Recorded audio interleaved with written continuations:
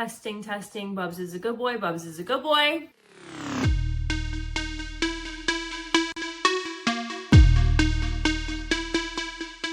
Hi guys, welcome back to My Therapist Said. My name is Stephanie and I am your host. Happy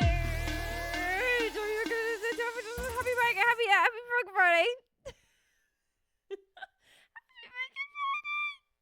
I'm doing my intro differently now. We're just diving in because here's the deal. I don't need to tell you guys everything, but I don't know what the episode's going to be about before I'm recording. And another way I could do it is I could talk about what the episode's going to be about at the end and then put it at the beginning. But I'm not Diary of a CEO. You know what I mean? Like we don't have professional. We're just doing our best out here. So I'm not really I think I'm just going to dive into the show and move forward like that. So hopefully that structure and format works for you guys. I've been feeling really strong at yoga this week. And here's what happened. On Monday, I got a massage and I didn't want to get a massage. And I was like, you don't deserve this. You're not even doing anything with your life. Who are you to get a massage on a freaking Monday? And I did that was the internal narrative on a Monday. But my neck was fucking killing me. My back was fucking hurting. So I was like, let's just get a massage and see what happens. And I'm going to tell you guys what happened. I set an intention maybe like 2 weeks ago. Actually, no, I'm going to go back even further than that. I pulled my tarot cards like a couple weeks ago. And one of the tarot, and I usually try to pull my tarot cards like once a week, no more than that. But I'll skip weeks. Like I don't do it all the time. I mostly just do it when I'm like, what the fuck is going on? And because I don't have parents, I rely on tarot. Okay. Like normally you'd call your mom. I'm like this, get the tarot cards. I actually never read tarot before my mom died. So this is a real joke. It's not even a real joke. It's a real life story, which all my jokes technically are, they're all real. So yeah. Don't be sad for me. It's okay. I just don't have a mom, but I have a stack of cards and it'd be answering questions, bitch. So like, well, who needs a mom? Who needs a dad? Who can't? Okay. So I pulled my tarot a couple weeks ago and the tarot that I pulled is essentially like this concept of letting it go.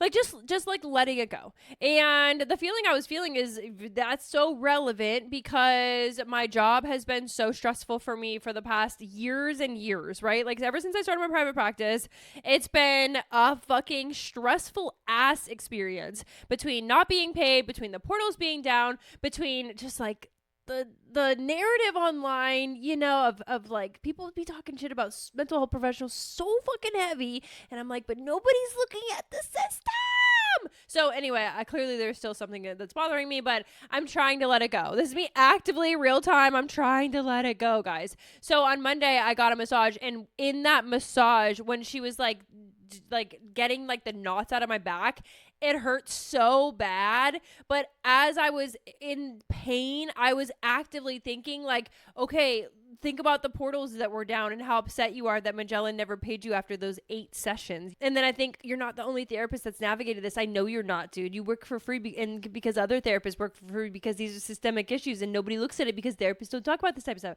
So I've been thinking about that type of stuff while she's getting the knots out of my back. Because I was like, attach something real to the pain that you're experiencing that might help you with letting it go.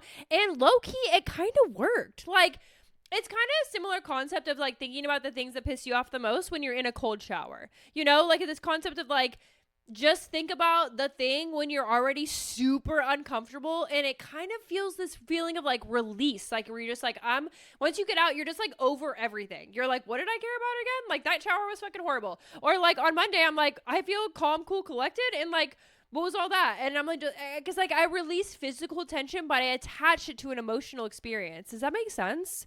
So all weekend yoga, I've been doing a similar practice when I'm in my most uncomfortable pose, what's your guys' most uncomfortable yoga pose? I should ask my friends this at yoga because I love to think about it whenever they call the pose. And in my mind, I'm like this, fuck. What's that pose for you guys? Even working out, what's the thing? Like when I do HIIT classes, when they tell me I have to do burpees, I'm like this, and I pay for this, you know? So burpees I hate. I also hate chair pose. That's one I fucking hate. It's uncomfortable. I can't do it well. This week I've been actively trying to put how much I hate Magellan in my chair pose. Does that make sense? Like I've been in my chair pose, and instead of putting my hate towards my teacher, who is my friend, so like, let's not do that, right? Instead I think about how much do you hate that Blue Cross Blue Shield paid you in gift cards, right? Why is it this way? Why is it this way? And it does help me release it a little bit because I leave yoga and I'm like, I feel a little better. Like, I'm still mad. I don't think any part of me also, okay. One thing on letting it go. Wow, this is a great start. Am I starting this bitch like a therapist? I'm sorry. Who the hell does she? Who gave her the right? I mean, I am duly licensed, bitch. But last episode, I'm like this. I'm not a therapist. But this week, I'm gonna be like this. I am a therapist. Like, you just have to go episode to episode, and then she'll let you know where she's at mindset wise, right? Because being a therapist is a mindset. Okay, it's more than a mindset. Okay, it's more than a mindset. You know, I was watching a comedy stand up recently. I don't know the guy's name, but it was on Netflix, and he was talking about life coaches, and I stay out of the life coach lore because I'm like, I don't know, guys. I believe that if people want to help, they want to I kind of feel like we should just let them, because I think there's a lot of space for helpers in this field, and becoming a therapist is so fucking high barrier that, like, if life coaches want to enter the chat, help people out a little bit, okay. Like, I'm not going to really pit life coaches and therapists against each other. I'm not going to take a strong stand on this, but to his point, life coaches do. Where was I going with this? How do I start this? Just keep talking. Maybe you'll find the point. Wow, I lost that. Wow. Dun, dun, dun, dun, dun, dun, dun, dun. Life coaches? How do we get there? Letting go? I have no idea. But he was talking about how life coaches, there's no like paved path. And that's the problem with life coaches. It's totally unregulated and unrestricted. Like, so I just believe that we need to find a middle ground here. Like, I think people are going into life coaching because becoming a therapist takes for fucking ever. So instead of being like life coaches are dumb or becoming a therapist is too hard, let's figure out a system that we can meet in the middle. But where was I going with the point? I don't know. I lost it. I was talking about letting it go. Girl, already? Oh, she was a therapist this week and not last episode. I don't know. I'm starting this episode like a therapist though. Oh, because a life coach is just a mindset. That's what that was giving. Okay, see, you give me long enough and I'll fucking find it. I'm like, am I lost? I'm a little lost. Yeah, becoming a life coach is truly a mindset, right? It's like you're living your life and then one day you're like, I'm going to shift my mindset and be like, oh wait, I do know the answers. And then I'm going to like help people charge for that. I don't know. I'm just kind of taking a neutral stance on the life coach conversation, but I appreciate that people are noticing that it's kind of weird. Like, I appreciate that there's like, the dichotomy is odd. Like, oh, to be a therapist, it takes us 9 fucking years. And then to becoming a life coach, you can do it today, tomorrow, make a website. So why are we talking about life coaches?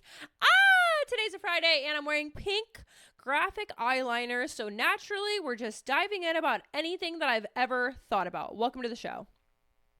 Welcome to the show. Thank you. So everything's going good with me. Today's Friday. I've been putting all of my hate for the system in my physical body, working it out mentally, physically, all the things. But you guys should try that. You know, if something's really pissing you off and you're like working out or you're on like mile 3 or something when you're running, like think about that shit when you're on mile 3. See how much you care, you know? And if you still care, amazing, but like run about it, you know, like do something with it. I think we disconnect our physical and our mental so much. We're like, oh, this is just a mental health thing. You're acting like you don't hold that in your shoulders, you know? Come on, like stretch your back, like, you know, vibes. Like, I think the more that we can move our bodies and understand that our mental health does live within our bodies and these things are connected, we can feel better. So I've been focusing on letting it go this week and it's actually fucking helping. That's the vibe.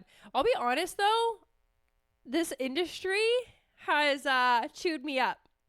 It's chewed me up. It's Emma and I were just chit-chatting yesterday about content and she like gave me a couple ideas, because when the internet gets really loud about specific topics around mental health, Emma always will like let me know if I want to make a video about it or, you know, react to it in any way. And to be honest, it's like I see it all too, and I'm just like tired. Like there's a trial that's going very viral right now, and I'm not going to get into the specifics of it because I don't really want to get involved in this, and I don't want to extract lore from such a serious trial and such a serious mental health thing. Like, I just feel sad when I think about it. But I do want to say, like, it's the world is so quick to come for mental health professionals, and nobody ever looks at the system. Like, even mental health professionals come for themselves. I'm going to give you an example. Like, in this trial, the mental health professionals documentation was just not up to par, and everyone's just coming for this provider. Just, they're the worst, you know, their documentation sucks, and this, you know, they're the villain in the story every single time. And a lot of therapists were reacting to this concept and being like, now that I saw that, I'm going to document differently. Like, me checking my notes is like just a bunch of lore on TikTok, on Instagram, just like mental health professionals, you know, just making lore from that. And my first thought is always just like, why are we always blaming the professionals? Even professionals blame themselves. Why instead are we not looking at the system that created that? Where did this person work? You know, how long did they have for documentation? Like, did they feel supported in their job, in their roles? Like, I just think so much of the mental health crisis that we're going through is not an issue of like bad providers. I think it's an under-supported environment for good providers that become unethical or quote unquote bad in some ways. I do believe it's just a systemic issue. There's always going to be a deeper root than the provider sucks, you know? Like, I do believe, I mean, at least for me, I don't want to be a bad therapist. Like, it's not what I wake up and like hope to do, you know? And I believe that to be true for most mental health professionals. We enter the field because we want to help you, and then the field gives us too short of documentation time, or our caseloads are too high, or we're just under-resourced financially and we're stressed out about that. Like, I think all those things could be true, and what comes of that is bad documentation, you know, like, and then instead of being like, we should look at the system that these providers are working in, it's this therapist sucks, you know, and I just get really tired of that.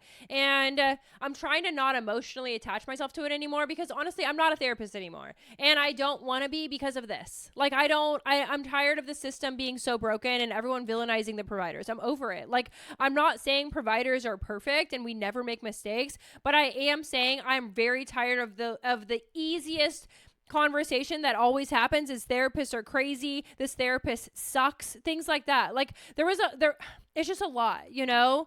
Like, whenever therapist stories go viral, it's usually the stories of the therapist acting however they're acting. There was another situation recently where the girl, like, I feel so bad for her because this impacts clients too. There was a situation that went viral recently too, where a girl was sharing that this BetterHelp therapist just like was a fucking idiot essentially. And I'm not gonna. Our therapist was an idiot. Like, I'm not gonna act like they weren't an idiot. Like, they made some weird comment about God within the first like text message back and forth. Like, it was very unethical, very weird situation, clinically odd. But my initial reaction is not to. Well, my initial reaction is, yeah, that therapist is an idiot. I'll be honest. But then my next thing is, why does BetterHelp structure their structure so that any therapist can work at BetterHelp? Because what they do is they fucking reach out to us. Like, they're like BetterHelp does hard outreach for therapists. They send you constant emails, and what it is they don't even tell you that they're working for BetterHelp. It's just a random recruiter being like, here's what the subject line is. Do you want to make up to $120,000 a year? That's usually what like the subject line is, something along the lines of that. And it's some like weird convoluted email, right? So you're like, I want to make 120 because a lot of therapists don't even make six figures. Wow, this looks great, right? And then you follow it through, you realize like, oh, it's just a recruiter call. They're not even really saying what agency they work for. You take that recruiter call, that recruiter like essentially asks you two fucking questions, like, are you licensed and in what state?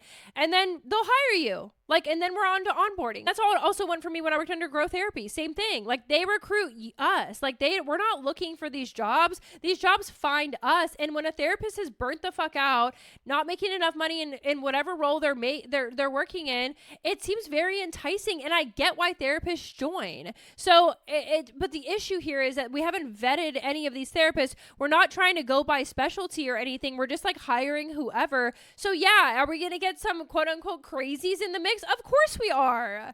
Like, how would we not get crazies in the mix? But the lore should not be therapists are crazy. The lore needs to be, it's crazy that the system looks like this. Like, isn't this mental health? Isn't this? So if we don't even know the types of therapists working for these companies, how are we knowing that the outcomes are good, right? And then when the outcome is bad, like this girl was sharing, How do we mitigate these issues in the future? Or do we just talk shit about the therapist on TikTok? Like, if we looked into the system and we figured out what happened here, how can we change this moving forward?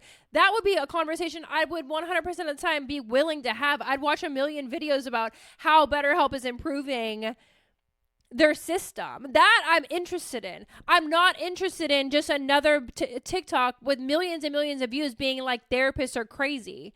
Do you guys see what I'm saying? So it's like, that's what frustrates me about all of this. And I'm literally, not me starting this podcast with I'm letting it go. And then I'm 20 minutes in and I'm like this. So this is my issue with BetterHelp. I'm trying to let it go.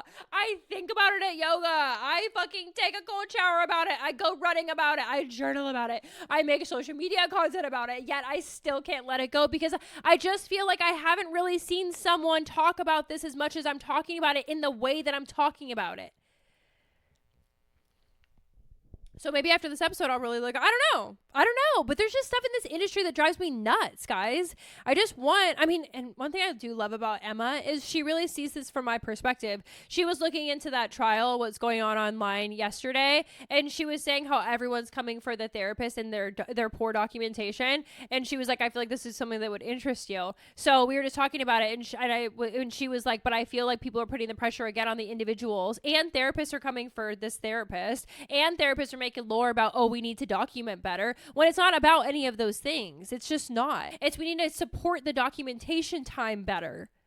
Do you see what I'm saying? Like, the therapist blaming themselves, oh, my documentation is shit because I'm a shitty provider, that's not what it is. It's you're a provider that's working within really tight constraints on time or money or anything, right? Resources, caseloads too high, whatever. Like, there's a million reasons why his documentation could be shitty, but the reason I'm not going to land on is that the therapist sucks.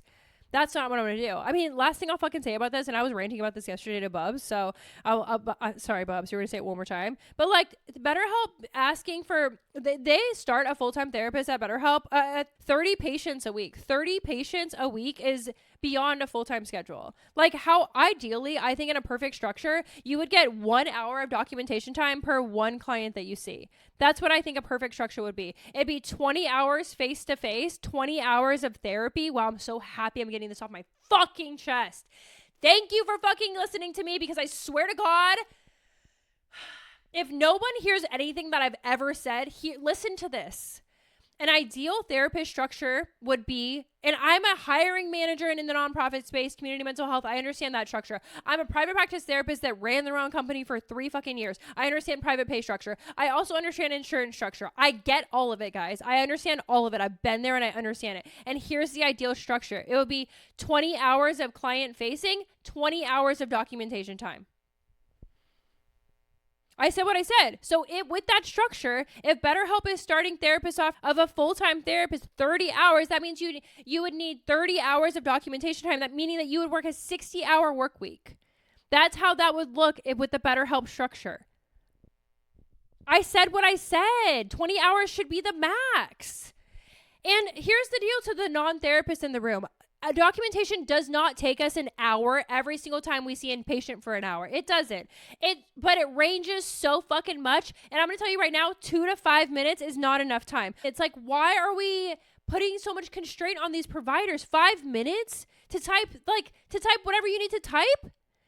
I believe it needs to be an hour. It just needs to be an hour, because what else are you doing in that hour? You're responding to all your emails, right? You're getting a bunch of phone calls because they need to find a therapist. Documentation time. Reviewing treatment plans. Documentation time. God forbid you get a fucking audit from an insurance company. Documentation time. That's what I mean. We need an hour per. That's it. Just give me an hour per, and I think that the mental health world would be so much better.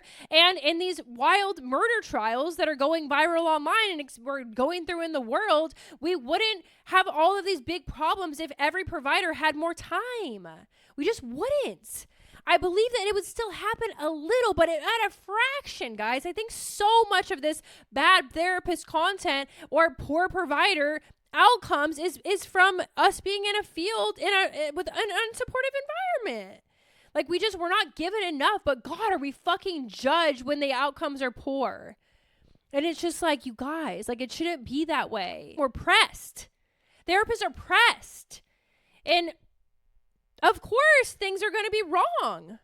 That's just facts. Like, I'm a good therapist and I believe I'm a very effective provider. My documentation at times has been trash. Okay? Because I have someone in my waiting room and I'm fucking rushed and I have this going on and this going on and I haven't returned that phone call and I have 3 different emails, and to be ethical as a therapist, even if the email's from a random client, you have to be able to provide them referrals if you're not going to see them. So I have to find my referrals, connect with my friends. Hey guys, are your caseloads open? Hey guys, do you have space on your caseload? Hey, do you specialize in this? Hey, do you feel comfortable with treating that? This is all stuff that I just do that you have to do as a private practice therapist, and I feel like it's really important to share this.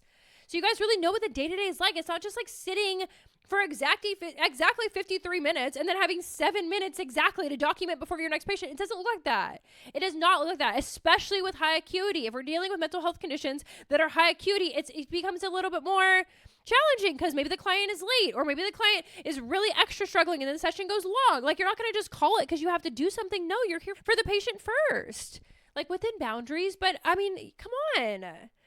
And then, it's like, and scheduling can be really challenging, especially when you're dealing with high acuity clients. And because you're the therapist, you care, you're going to help them. You're always going to help them. And yes, I think therapists do struggle with overextending themselves at times because we care so deeply, but our system doesn't support us. You should never be asking us to see more than 30 patients a week. That's fucking nuts. I really don't believe we should go over 20. I will die on this motherfucker. My abs are getting sore because I'm getting mad. I just wish people would ask more questions to therapists rather than villainize them every single time. And I'll drop it there. Stop. Now my light dying in the middle of this conversation. What do? I don't know. Cue to move on. Fine, I'll move on. Do you guys remember the yoga teacher? My light fucking died. We're gonna roll with this because I'm having a hard time this week. I literally podcasted on Wednesday, didn't have an intro because I had to start it 3 different times. Podcasting on Friday, the light dies mid-episode. Bitch. Well. Moving on. So, sorry about that. So, you guys, the yoga teacher, I just have one funny thing to say, and we're not going to be talking about him anymore because this is why. He and I were trying to meet up recently. I texted him on maybe a Monday, and I was like, hey, let's grab coffee. He was going to go out of town for a month. So I was like, let's grab coffee before you leave. And he's like, okay, yeah, I could do Wednesday. And I was like, would you be down to meet in the morning? He said, yes. So Tuesday rolls around, Tuesday evening-ish. And I texted him and I was like, how's 10 a.m. tomorrow? And no response. Okay. And then it's Wednesday and no response. Okay. So I just go about my little freaking life and I'm like, whatever, I guess 10 a.m. didn't work. And I guess we're not going to see each other before you go out of town. Fine, whatever. So I kind of let it go. And then I think it was Friday vibes maybe, and I realized you just ghosted. You didn't say shit. You just fucking ghosted. So I was like, okay. So I texted him and I was like, hey, sorry we never get the opportunity to connect. I wish, just know I'm thinking of you or something, because he's struggling with something and I wanted to be kind to him about this. And he doesn't respond until Friday night. This was Friday morning that I texted him. Friday night he texted me back and he goes, it's all good. This is what I mean, guys. What do you mean it's all good? You ghosted me. So I sent a screenshot to my friend. I said, am I tripping? And she literally responded and she was like, calm down, Stephanie. It's all good. She's joking. And that's what I was like, that's how I read it, right? He's like, Stephanie, it's not a big deal. It's all good that you ghosted me. That's what it really sounded like. But he is the one that didn't respond to me. So that's how that went. And I just decided that it's not a big deal and I don't really care. And in this era of letting things go, right? I didn't just talk for 30 minutes about therapist issues for so long that my cutie little fucking light died, right? Right. Okay. So I really am letting this go, but I just had to tell you guys one thing. Okay. Last thing I want to share that's actually very adjacent to what I'm talking about today is this concept of non-attachment. I was talking to my friend this morning. The way I'm talking to my friends at 5 o'clock in the morning is, can I just say I'm so impressed? And I don't even drink coffee anymore because when I was drinking coffee, my freaking heart was racing so fast in hot yoga. I literally would be going up to what's that one? Tadasana. where you stand straight up with like mountain pose with your arms in the air. And I was reading online, everyone's like, that's my favorite pose. And I'm like, how is that your favorite pose? I'm so uncomfortable having to stand. So you're like standing up, and I was like seeing stars. My heart was like racing. Like I could feel my heart racing so fast, and I was like, I'm gonna pass the fuck out. And I do feel like it's because I had caffeine prior to. Like hot yoga is too fucking hot to be having anything prior to. Like you gotta go raw dog style. Okay, you gotta fucking do it like that. So so I stopped drinking coffee before yoga, and I've been feeling really good. I've been feeling way fucking better. And I'm chit chat this morning, and I was talking to all my friends, and I noticed one of my friends he always goes in the front row because he's a bad bitch, but I noticed him going in the second row recently. And my other cutie friend was like, walked into the locker room. She's like, where'd you put your mat? Because we usually go next to each other. And I was like, oh, I haven't put it out yet. And she said, did you notice? And said our friend's name. He put his mat in the second row. I said, I did notice that. He's been doing that this week because we've been talking about each other. Chit chat, right? Gossip. This is how we connect. This is how humans connect. We love to chit chat. So I walked out and I said, hey, we were chit chatting about you. What's going on with the second row thing? And he was like this, I'm practicing non-attachment. I said, wow, that's a good way to say that, because I also start getting anxious about, I have this rule. This is so silly, Ghost, and I know it is, but I have this rule where I don't walk in the studio and put my mat down immediately when I get there. I make myself go into the locker room. Like I hang my mat up outside, but I go into the locker room, I change, I like get myself centered, I drink some water, I take my time specifically in the locker room because I don't want to rush to go get a spot, because I don't want to be attached to a spot, because the way I'll get pissed if my spot's taken, right? And you can't be acting like that in a community yoga class. But the mental health disorder in me is like, I like routine. I like to know where my spot is. I don't want to be too far from the door, but I want to be next to my friends. It's this whole freaking thing. And so I intentionally don't rush because I get there early and I know I could have whatever spot I want, but I don't want to go put my mat down before I go do my locker room stuff, because I want to teach myself it's not a big deal, girl. Calm down. So I went to the locker room, and then I came back out, and then we started chit-chatting about non-attachment, and I was like, and this is why I go to the locker room first, and this is why I don't do that, because I don't want to feel upset, you know? Like, I don't have ownership over the spots in the yoga class, and I don't even want to pretend to feel like that. So my friend said non-attachment. I was like, that's such a beautiful way to say that. Like, practicing non-attachment. Like, that spot's not mine. Like, this isn't mine. That's not mine. And it had me thinking more of, like, just, like, being open to change, you know? Like on Wednesday's episode, I was talking about how I'm not and how I really feel like, what the fuck's going on in this little life, and how I really feel overwhelmed about all the things. And a lot of my overwhelm is truly just me being attached to specific outcomes and attached to specific identities. You remember, guys? Remember when I was talking about, oh, it's easy to talk about, I'm a program director in a nonprofit. That's my identity. That's what I lead with all the time. Do you even think about just how people, what do you do for work, right? It's like we lead with our identities around our careers so much, and I do the same. I'm very similar to that. But I also struggle because I attach myself with those identities. So what happens when you close your practice? You know, what happens when you change to Ryan and you don't want to be a therapist anymore? I don't know. I'm freaking lost in the sauce, but I don't want to be freaking lost in the sauce. I want to be able to like root myself into who I am as a person deep down. And in this moment, I still don't know. Maybe eventually once this podcast comes to season 5065, maybe I'll be like this. I'm Stephanie Carl and I'm blank, and I'll be really owning that shit. But at the same time, I don't want to be attached to that shit because things are ever evolving. And then, do you see Bubsy? There he is. That's a good thing about the light dying. Now you can see Bubsy. Cutie boy. Look at him. Seeping. And then I started thinking about grief. Naturally. Okay. Does this girl always talk about her dead parents? You guys, unfortunately, but fortunately, she does. She does. And I wonder, what are the listeners' experience with grief? How much have you guys experienced grief? In what form? How are you feeling? These are my questions. I would love to know. Anyone wants to write in about grief, I would love to hear it. But I talk about my grief a lot, and I do think a lot of grieving is grieving that attachment that you once had, you know? And I think about how I first navigated the grief at the beginning, and I'm a bad bitch at non-attachment with people. It's an interesting dichotomy here because a lot of my life I've been told that I don't care enough. Like a lot. Like I've been literally told it so many times. Like we can't tell if you care about us. We don't know if you care. I think part of it, you guys, is that I have very deep roots in non-attachment. Like I'm not when my mom got diagnosed with cancer, I was super sad, but I was also very accepting of, okay, all right, what are the next steps? And I also knew in the back of my mind, very real, she might die. You know, like there was no part of me.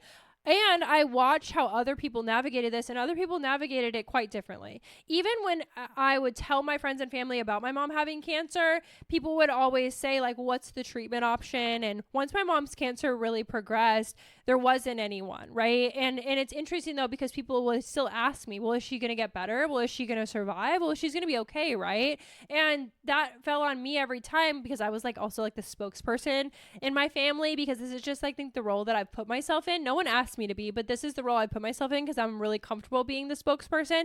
I was always the one fielding the phone calls, and I was also the one, like, updating the Caring Bridge. If you guys know what Caring Bridge is, it's like this, like, social media, but essentially you're telling the world or community how people are doing with, like, their illness or sickness, so you don't have to text individually, which was really helpful. But I was the one, like, writing into that because I'm super comfortable talking about what's real right now. Like, I have no issue doing that. Was I sad? Yeah, I was. Of course I was sad at the same time. Like, just both things were always true for me. I'm very logical when it comes to really, like, sad shit. I can handle anything. Like, I truly can handle anything. You can't put me in front of something that I can't handle. That's just a fact. I will be able to. And honestly, the more chaotic and more wild it is, like losing your mom, the more I lock into that. Like, I'm really fucking good at it. And it's a strength that I've always had. I think part of it is because I'll tell this story another time, but one of my friends passed away when I was in high school, and I think that taught me to not attach to things. To not attach to people, not attach to things. Like, you never know. Like, you really never know what the day holds. Like, one day I'm at school, I'm a sophomore. The next day I'm not at school because my friend died. You know, and now I have all these adult teachers coming to me a week later, giving me hugs, pulling me out of class. How are you? Are you okay? It's a lot of, like, I watch how people, like, seemed so upset for me. And yes, I was heartbroken. Yes, I was upset. But I was also very logical, being like, well, one day she was here and the next day she's gone. And I do think because I was so young at that time, I was taught to, like, not attach myself to stuff, not too much. Like, I show love, but I also keep a lot of logic within me when I'm doing that. And yeah, when my mom got diagnosed, it was like this feeling of, like, I'm shocked. Like, this is not how I thought this day was gonna go. But I'm also like, I'm okay. Like, I remember I called it's just interesting how other people react. It helps me learn more about myself. Like, I called my partner at that time and I was like, hey, my mom got diagnosed, and he was so emotional. And I still remember him saying, I just saw her yesterday. Like, he was like trying to, like, logically understand it in that moment. And my reaction when he said that was to laugh. I'll never forget this conversation because I was like, what do you mean you just saw her yesterday? That doesn't matter for today, you know? Like, yeah, she still got diagnosed with cancer on a Wednesday and you saw her on a Tuesday. Like, and she didn't have, like, we didn't know then. Like, you know, like, I laugh because I'm just like, logically, why would he say that? Well, he would say that because he's trying to make sense of it, right? But how I operate is I've always made sense of this. I understand it. I really do. And I get scared and I get worried. Like, I never want you guys to think that I have no feelings about this stuff. I do, but my feelings are always next to my logic. I keep them together. Like, they're wrapped up together. So I'm not really ever extremely, like, just only emotional around these big issues. What's wild is in my day-to-day, I struggle with that a little more. In my day-to-day, when I'm just navigating regular stuff, yeah, sometimes am I leading with anger? Yes. Leading with anxiety? Yes. But the minute you give me a real issue, drop that on my desk, I am calm, cool, collected. I can handle anything. And I do believe that this is such a gift, you know, to be non-attached to your circumstances is really, really important. I don't want this to sound like I don't care about anything. Of course, I, like, need my stability, my home, Bubs Alonium. Like, I need all of these things, my friends. I need them for sure. They fill my cup 100%. And also, if anything was to happen in a big way, I'd be fine. And I know I'd be fine because I've survived the death of both of my parents.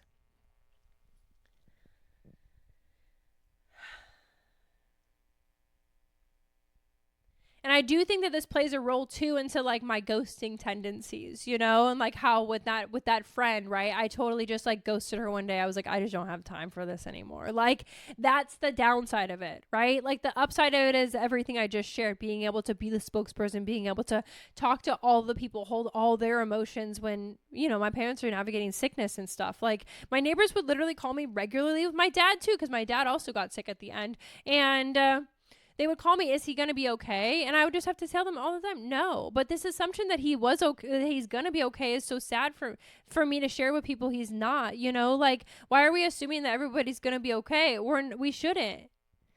Okay, last thing, because I just been thinking about this week. This is what I mean about this too. Like, when my mom was leaving Kaiser, she was going home on hospice care. I'm sure all of her charts had this. I'm sure that, she had been in Kaiser for like, I don't know, 2 months straight at this point or something like that. And was going home on hospice care. Nothing was working. And I'll never forget, a nurse walks in the room when she's about to leave, and he looks at her and he goes, all better? And she had to tell him, no, I'm going home on hospice care. And that's what I think I'm talking about. This attachment that things are going to be all better being the only outcome is not an appropriate attachment to have. It's okay to have positive thinking. It's okay to be like, oh, I hope. But first of all, fucking dude, read the chart. And second, and it's not trauma informed to just say that to everybody. It's not, especially in this, like on this floor of the Kaiser building, like, probably be a little more mindful of your words, my dude, to not make the patient explain to you that, no, I'm dying, you know? And, but I was in the room when that happened. I remember just looking at him like, this assumption is so weird. Like, what do you mean all better? Like, you guys, your team is the one that told us that she's not. You know, and it's interesting though, because like even in the end, that's how people cope, you know, well, is she doing better today? And I was always the one saying, no, she's getting a lot worse. No, this is a normal, it's okay, you guys, she's getting worse, and that's what's supposed to happen. You know, does that make sense? Once you witness both your parents die, it's pretty traumatic enough that you think like, okay, anything can happen. Like if this can happen, you know, like anything can happen. Not me starting this with a yoga class and ending with grief and dead parents. I don't know. Like even just last episode, I was like, what if something happens to Bubsy? But ever since then, I've been thinking about it, and I'll be fine. I'll be so sad. And I can't talk about it too much because all my eyes will start welling up. But like, of course, he's my best buddy. Every single day we spend together. But will I be okay when something happens? Yeah, I'll be okay. I mean, I lost my horse. Like, that was like a wild ride. You know, I still grieve that. That's him right behind me, Mo. Like, it's not like I'm not sad. But it is like I'm not attached. That's the difference. You know, I'm sad, but I know they're gone. I know this is how life is.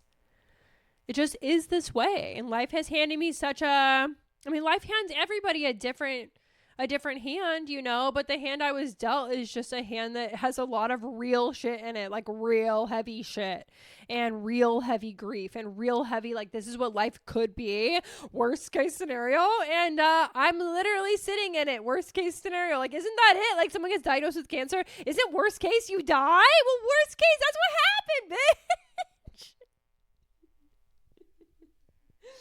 And it's taught me a lot, you know, but I do believe, like, when people say, like, you get stronger through grief, I think this is what they're talking about, you know, you become a little less attached to things through grief. You kind of realize, I definitely hear people say, like, you realize what's important.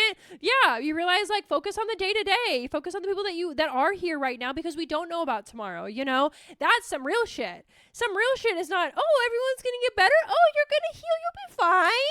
No, guys, they might not. I'll never fucking forget. Okay, last thing I'll say about grief, and then I'll leave this funny. I don't know. I don't have any jokes lined up, but we'll see how it goes. I was at Outside Lands with my ex, and we were just like, it was Outside Lands was like just wrapping up. The vibes were really high, and I just remember looking at my ex and being like, my mom's gonna die.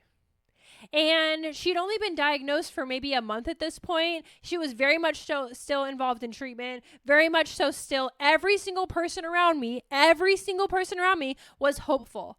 There was nothing, there was no conversation around, but what if the treatment doesn't work? Nobody said that. But I knew within me, some part of me, I believe it was like 15-year-old me that knew that bad shit can really happen. I just had this feeling about the situation, and I was really close with my mom. So I think I also just had this like feeling of like closeness where I think she knew, and so then I knew. And again, the logic wasn't lining up there really because the logic was lining up there, but the emotions were not, and everyone else around me was not. And I remember him looking at me because it's the first time I ever said it. And he looked at me with these just very knowing eyes, and he goes, "Do you really think that?" And I said, "I do. I actually know this." And he was just like, "Okay." Like he just met me where I was at. No part of him, because this is what people do to me a lot. They'll say, "Well, no, you don't know," or "No, you kind of have to, Steph, don't."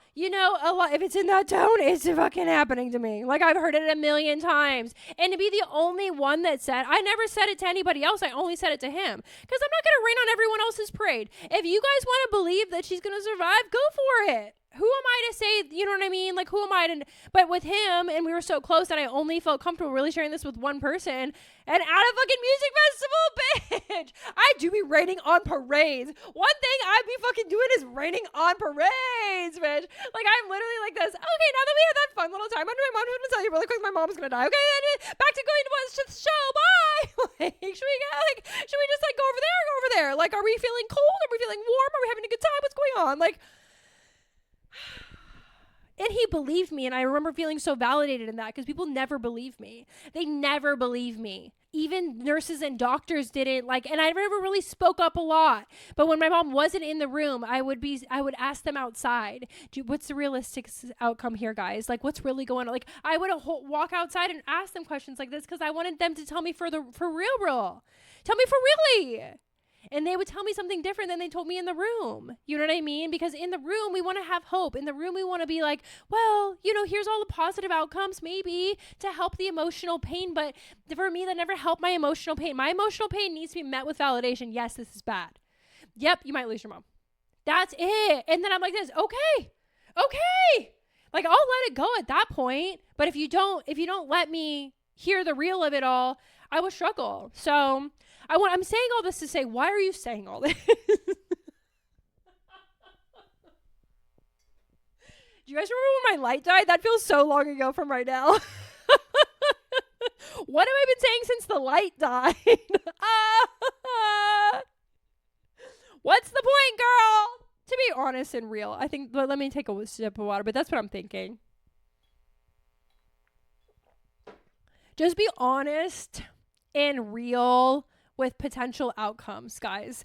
Grief and this fear of what if my parents pass one day, it's just not something to what if about. It's no, they will. So how will you navigate? I know. Oh, that sounded a little harsh. But that's what it is. You guys, we're not on this planet forever. We don't live forever. Sickness and cancer and disease is all very real. Not me dropping this on a Friday. Have a good weekend.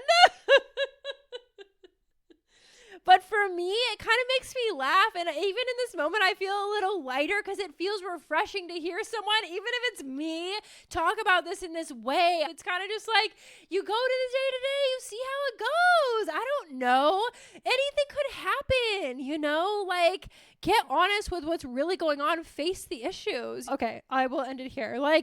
You're going to be fine. You're going to be fine. You're going to be fine. If I could show up on a Friday with my cool little pink graphic liner and a 48 lash and chit chat to tell you my mom is dead, but I'm okay and I'm wearing pink eyeshadow, it's fine. It's fine. I can miss her and still look like a bad bitch. Two things can be true. In my day-to-day, I don't suffer. I don't feel great, but there are moments that I do feel great. There's absolutely moments that I'm like, wow, life is so beautiful. You guys, I've been all over the world. I tell myself this all the time. One time I went to Patagonia. That's so freaking cool. I cried when I got there. I've experienced the coolest shit, and that's with a dead mom. If I can go to Patagonia and have a dead mom. Those two things can be true at the same time. Life's pretty great. Like, life's pretty cool, you know? Like, it's not just one thing happening. Life is so nuanced and complex. Let it just be nuanced and complex, you know? But no, you're still going to accomplish amazing things even when the scary stuff happens, you know? But I do think that it's like practicing non-attachment is just so important. And even practicing it just a little smidgy before it happens, I would say helps, you know, because I always kind of knew my parents would die. I just knew it. I felt it in my soul, and I know it logically. You know what I mean? I always kind of knew. So it just crossed my mind. I would think about it a little. Okay, what will happen when that happen? Okay. So then when she got diagnosed, I was like, okay, there's the thing I've been kind of preparing for my whole life. And I do have a lot of anxiety, and this could be potentially part of my mental health condition. And maybe that's why I'm so detached, because inside I'm like, I'm freaking out. But outside I'm like, this calm, cool, collected. Here's the freaking carrying bridge, you know? Like, I don't know why I am this way, but I have to say that I do feel like I've survived so much because I am this way. So I'm grateful for that. Proud of myself. Wow. I didn't expect to end this proud. Are you proud? Kind of. I think, like, what are you proud of? I think truly, like, I'm just so proud of myself for how I've navigated this stuff. And being able to be the spokesperson, be the one that cleans out the house of 30 years of items, you know, like, because I kind of, in a way, I've been preparing for this my whole life. I do think as society, we instill so much fear in ourselves and others by being like the what if scary stuff, you know? What if we're just like, all that will happen. How am I going to navigate it? Well, I'm going to do it like I've been doing it. Surviving every day, going to yoga, doing what I can, putting on eyeliner when I feel like it, you know? That's all you can really do. Seeing all my besties and my friends, really putting a lot of goodness into the world, filming this podcast, putting like a lot of insight out there at times, you know? I think that this is all I can do. I'm moving energy here. And that my focus on moving energy comes from the space of like, I'm not attached to the thing, you know?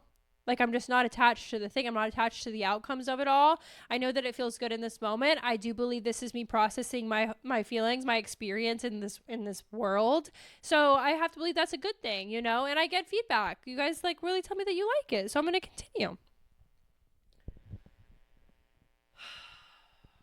I would hear my clients say this type of stuff all the time. Like, I don't know what I'm going to do on my parents' side. And obviously, they didn't know my parents were dead. But I would always just kind of, like, smile at them, like, you know, like I would just, you're going to be okay, you know, we could talk about it, of course, but there was things that, yeah, my clients would definitely share, like them being super fearful of that I've navigated. And I know that on the other side of that fear, it's really not that bad, you know, like I would say like if 10 out of 10 was the best experience ever, it's probably like a 1 out of 10, you know, it's probably like a 1 out of 10 experience to like go through a lot of loss, but, that doesn't mean that the 10 out of 10 experiences don't also happen, you know, for me. So, yeah.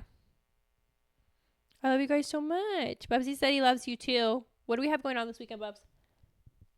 He's laying Cinnabub style. Look at him. I didn't make a joke. I don't have any jokes right now. Cinnabub. What are me and Bubsy doing this weekend? Well, there's a new Real Housewives of Orange County that I definitely have to watch after this, perhaps. I hope this wasn't too heavy. What do you guys want to hear about? I know I have some new followers on YouTube. Hi! Thanks for being here. If you guys have any specific... Okay, this is how I'll end it to make sure I don't end it sad. Sorry, I feel like the Outside Lands thing, I was like, that's kind of a heavy one, but it's so real. I'm like looking at my ex, like, he's like such a... My ex and I, like... I miss him so much. Not me putting this on the mic, but like I miss that like connection that I had. People always tell me that I'm wrong, like so often. And I think what I liked about him so much is that he never told me that I was wrong. I would always tell him how I feel, and he's like this. All right. Like I really miss that. That's like such a supportive partner, you know, and not, well, have you thought about it like this? Like I guarantee I fucking thought about it like this, and that. Can you just listen to me for a second? God damn.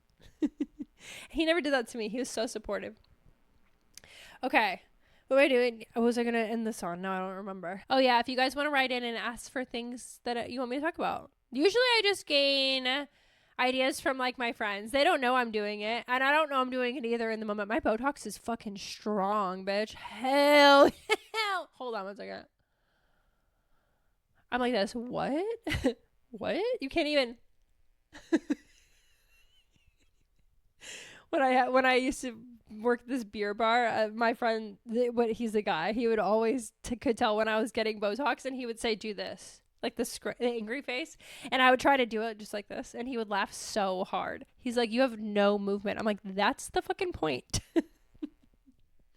If you guys want to hear anything specific on the podcast, let me know. Write it in, comment on YouTube, on Spotify, or you can always DM me on my Instagram, My Therapist Said Pod. Wow, I haven't plugged that in a long time. Sorry about that. Still learning. And yeah, I'm on TikTok too, but my TikTok's a little I prefer Instagram because I'm a millennial. Sorry about it. Bye. But I usually just extract ideas from the world. But if there's anything specific, especially around grief stuff, like I've been through a lot, guys. I'll just talk about my own experience. I'm not giving therapist advice, but I can talk with just pure self-disclosure vibes. So if you guys want to hear like how I navigated stuff or how I operate through the world, I'm more than happy to share that as selfish, disconnected, doesn't care enough individual. I will see you on Wednesday. Ew, that was cute, girl.